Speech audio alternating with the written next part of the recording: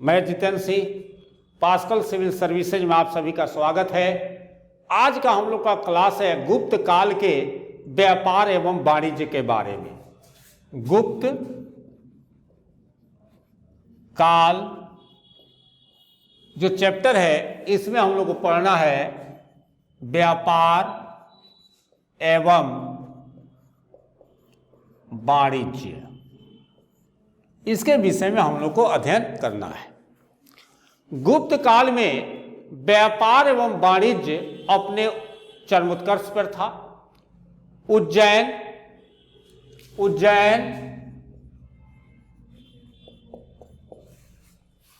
भड़ौच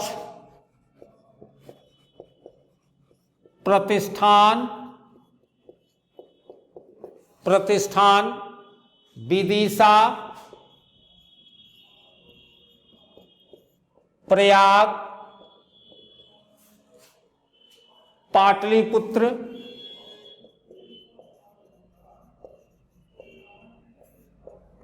पाटलिपुत्र वैशाली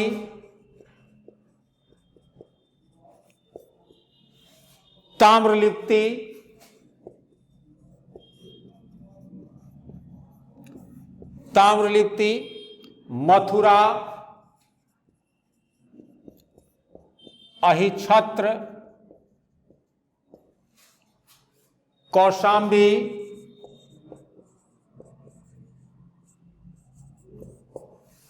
इत्यादि आदि। ये जो नगर थे ये महत्वपूर्ण व्यापारिक नगर थे। गुप्त काल में व्यापार और वाणिज्य अपने चरमोत्कर्ष पर था। इस काल में उज्जैन, भड़ौच, प्रतिष्ठान, विदिशा, प्रयाग, पाटलिपुत्र, वैशाली, ताम्रलिप्त, मथुरा, अहिछत्र, कौशाम्बी, ये जो नगर थे ना, ये नगर व्यापारिक नगर थे। इन सब में उज्जैन सर्वाधिक महत्वपूर्ण व्यापारिक स्थल था। ये जितने स्थल है इसमें सबसे जो है महत्वपूर्ण व्यापारिक स्थल कौन सा था? उज्जैन था। क्योंकि देश के हर कोने से सड़क उज्जैन की ओर आते थे।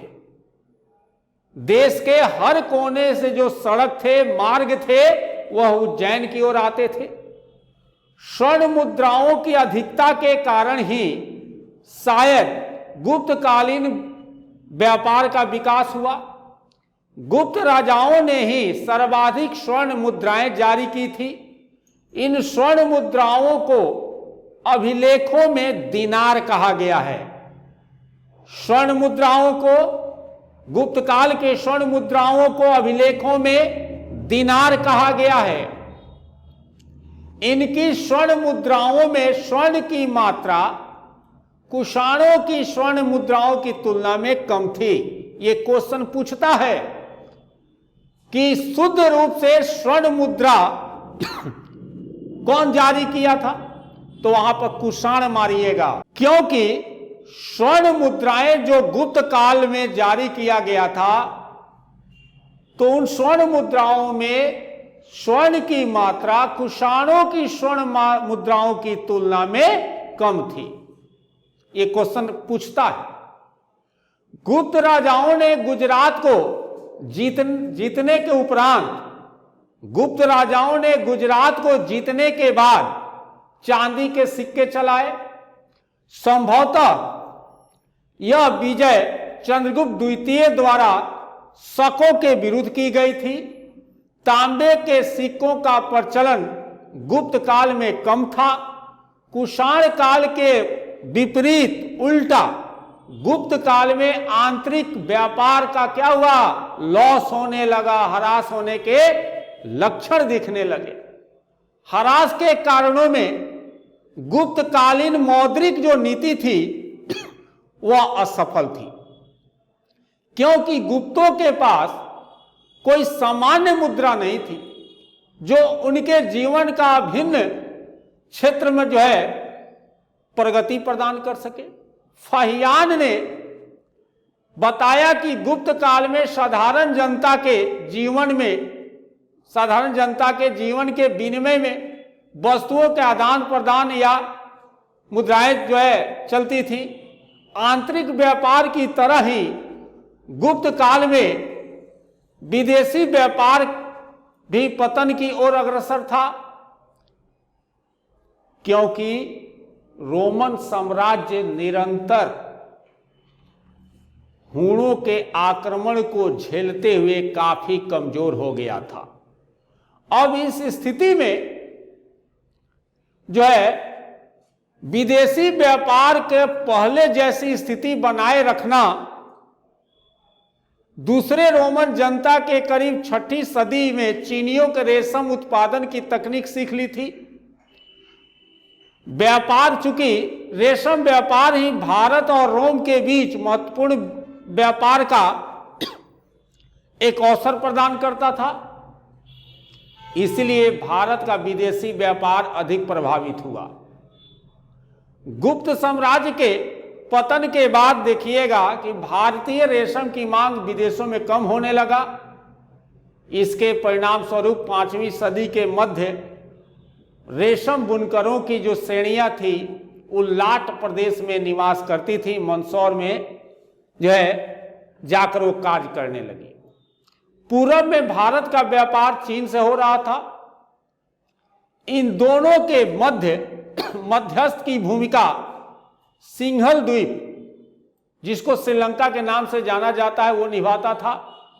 चीन और भारत के मध्य होने वाला व्यापार शायद वस्तु विनिमय प्रणाली पर आधारित था, जिसका पुष्टि के लिए यह कहना पर्याप्त है कि न तो चीन के सिक्के भारत में मिले हैं और न भारत के सिक्के चीन में मिले हैं।